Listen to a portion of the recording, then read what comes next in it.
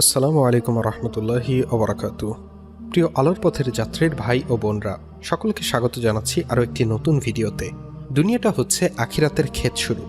এখানে যেমন বীজ বপন করব, আখিরাতের জগতে গিয়ে আমরা তেমনই ফসল পাব। আখিরাতের জগতের সবচেয়ে উত্তম ফসল হচ্ছে জান্নাত। আল্লাহ তাআলা বলেছেন, তার জীবন্ত সফল যাকে আমি মাফ করে জান্নাত দিয়ে দিয়েছি। সুবহানাল্লাহ। আজ আলোচনা করব এমন কিছু ছোট্ট আমল রয়েছে যেগুলো আমল করলে দুনিয়া ও আখিরাত আপনার উভয় জগতই পাল্টে যাবে ইনশাআল্লাহ। কেননা কিয়ামতের দিন ছোট কোনো আমলও অনেক মূল্যবান হয়ে যাবে। তাই ছোট ছোট নেক কাজকে অবহেলা করা উচিত নয়, কারণ ইখলাসের সঙ্গে ছোট ছোট কাজই আমাদের এনে দিতে পারে বড় প্রাপ্তি। মহান আল্লাহ সুবহানাহু ওয়া তাআলা বলেছেন, সেদিন মানুষ বিভিন্ন দলে বিভক্ত হয়ে প্রত্যাবর্তন করবে, কারণ তাদেরকে তাদের কৃতকর্ম দেখানো হবে। সুতরাং কেউ অনুপরিমাণ সৎকর্ম করে থাকলে সে তা দেখতে পাবে, এবং কেউ অনুপরিমাণ অসৎকর্ম করে থাকলে তাও দেখতে পাবে। সূরা জিলজাল আয়াত 6-8। এ বিষয়ে নবীজি ইরশাদ করেন, তোমার ঈমানকে খাঁটি করো, অল্প আমলই নাজাতের জন্য যথেষ্ট হবে। মুস্তাদরাকে হাকিম ৭৮৪৪। অন্য হাদিসে রাসূলুল্লাহ সাল্লাল্লাহু আলাইহি ওয়াসাল্লাম ইরশাদ করেন, কোনো ভালো কাজকে কখনোই তুচ্ছ জ্ঞান করো না, এমনকি তোমার ভাইয়ের সঙ্গে হাস্যোজ্জ্বল চেহারায় সাক্ষাৎ করার ক্ষেত্রেও। সহিহ মুসলিম ১৪৪। নিম্নে এমন কিছু আমল তুলে ধরা হলো। হযরত জাবের রাদিয়াল্লাহু তাআলা আনহু থেকে বর্ণিত, রাসূল সাল্লাল্লাহু আলাইহি ওয়াসাল্লাম ইরশাদ করেন, যে ব্যক্তি সুবহানাল্লাহিল আযীম ওয়া বিহামদিহি পাঠ করে তার জন্য জান্নাতে একটি খেজুর গাছ রোপণ করা হয়। তিরমিজি ৩৪৬৪। সদকায়ে জারিয়া, রাসূল সাল্লাল্লাহু আলাইহি ওয়াসাল্লাম ইরশাদ করেন, যখন মানুষ মারা যায় তখন তার আমল বন্ধ হয়ে যায়, কিন্তু তিনটি জিনিস বন্ধ হয় না: সদকায়ে জারিয়া, ওই ইলম যা দ্বারা মানুষ উপকৃত হয়, সুসন্তান যে তার মৃত বাবা মায়ের জন্য দোয়া করে। তিরমিজি ১৩৭৬। সূরা ইখলাসের ফজিলত, রাসূল সাল্লাল্লাহু আলাইহি ওয়াসাল্লাম ইরশাদ করেন, তোমরা কি কেউ প্রতি রাতে কোরআন শরীফের ১/৩ তিলাওয়াত করতে অক্ষম?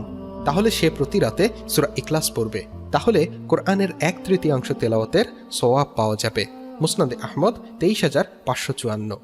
জুমার নামাজ, হযরত আউস ইবনে আউস আস-সাকাফি রাদিয়াল্লাহু তাআলা আনহু বলেন, আমি রাসূল সাল্লাল্লাহু আলাইহি ওয়াসাল্লামকে বলতে শুনেছি, যে ব্যক্তি জুম্মার দিন উত্তমরূপে গোসল করবে, অতঃপর কোনো রকম যানবাহনে না চড়ে হেঁটে আগে আগে মসজিদে যাবে, ইমামের নিকটবর্তী হয়ে বসবে, চুপ থাকবে এবং অনর্থক কথা বলা থেকে বিরত থাকবে, তবে তার জন্য বাড়ি থেকে মসজিদ পর্যন্ত প্রতি কদমে ১ বছরের রোজা ও কিয়ামুল লাইলের সওয়াব লেখা হবে। আবু দাউদ ৩৪৫। জামাতে নামাজ পড়া, হযরত উসমান বিন আফফান রাদিয়াল্লাহু তাআলা আনহু থেকে বর্ণিত, রাসূল সাল্লাল্লাহু আলাইহি ওয়াসাল্লাম ইরশাদ করেন, যে ব্যক্তি এশার নামাজ জামাতে আদায় করে সে অর্ধরাত্রি ইবাদতের সওয়াব পাবে, আর যে ব্যক্তি এশা ও ফজর নামাজ জামাতে আদায় করবে সে পুরো রাত ইবাদতের সওয়াব পাবে। আবু দাউদ ৫৫৫। হযরত আবু উমামা রাদিয়াল্লাহু তাআলা আনহু সূত্রে বর্ণিত, রাসূল সাল্লাল্লাহু আলাইহি ওয়াসাল্লাম ইরশাদ করেন, যে ব্যক্তি হেঁটে নামাজ পড়তে যাবে সে হজের সওয়াব পাবে, আর যে ব্যক্তি নফল নামাজের জন্য হেঁটে যাবে সে নফল ওমরাহের সওয়াব পাবে। আল মুজামুল কাবীর ৭৫৭। ইশরাক নামাজের ফজিলত, হযরত আনাস রাদিয়াল্লাহু তাআলা আনহু সূত্রে বর্ণিত, রাসূল সাল্লাল্লাহু আলাইহি ওয়াসাল্লাম ইরশাদ করেন, যে ব্যক্তি ফজরের নামাজ জামাতে আদায় করে, অতঃপর সূর্যোদয় পর্যন্ত বসে আল্লাহর জিকিরে থাকে, তারপর ২ রাকাত নামাজ আদায় করে, সে পরিপূর্ণ একটি হজ ও উমরাহের সওয়াব পাবে। তিরমিজি ৫৮৬। গোপনে নফল পড়ার ফজিলত, রাসূল সাল্লাল্লাহু আলাইহি ওয়াসাল্লাম ইরশাদ করেন, জনসম্মুখের তুলনায় লুকিয়ে নফল নামাজ পড়ার মধ্যে ২৫ গুণ বেশি সওয়াব। মানুষের উপকার করার ফজিলত, রাসূলুল্লাহ সাল্লাল্লাহু আলাইহি ওয়াসাল্লাম ইরশাদ করেন, কোনো মুসলিম ভাইয়ের প্রয়োজনে কিছুক্ষণ সময় দেওয়া আমার কাছে ১ মাস মসজিদে ইত্তেকাফ করার চেয়েও বেশি পছন্দনীয়। আল মুজামুল কাবীর ১৩৬৪৬। আমলের নিয়তেও সওয়াব মেলে, রাসূল সাল্লাল্লাহু আলাইহি ওয়াসাল্লাম ইরশাদ করেন, যদি কোনো ব্যক্তি রাতে শয়নকালে এই নিয়ত করে যে সে রাতে উঠে নামাজ পড়বে, কিন্তু প্রচণ্ড ঘুমের কারণে সকাল হয়ে যায়, তাহলে সে তার নিয়ত অনুযায়ী নামাজের সওয়াব পাবে, আর ঘুমটা আল্লাহর পক্ষ থেকে তার জন্য সদকা স্বরূপ হবে। নাসাই ১৭৮৭। রোগী দেখা, রাসূলুল্লাহ সাল্লাল্লাহু আলাইহি ওয়াসাল্লাম ইরশাদ করেন, যে ব্যক্তি কোনো মুসলমান ভাইয়ের রোগের খোঁজখবর নেয়, আল্লাহ ৭০,০০০ ফেরেশতাকে তার মাগফিরাতের দোয়ায় নিযুক্ত করে দেন। সে দিনের যে সময় তা করবে, ফেরেশতারা সন্ধ্যা পর্যন্ত তার জন্য দোয়া করবে, আর রাতের যে সময় করবে, ফেরেশতারা ফজর পর্যন্ত তার জন্য দোয়া করবে। মুসনাদে আহমদ ৯৫৫। উপরোক্ত আমলগুলো করা খুব একটা কষ্টসাধ্য বিষয় নয়, যে কোনো মানুষ একটু চেষ্টা করলেই হয়তো সম্ভব।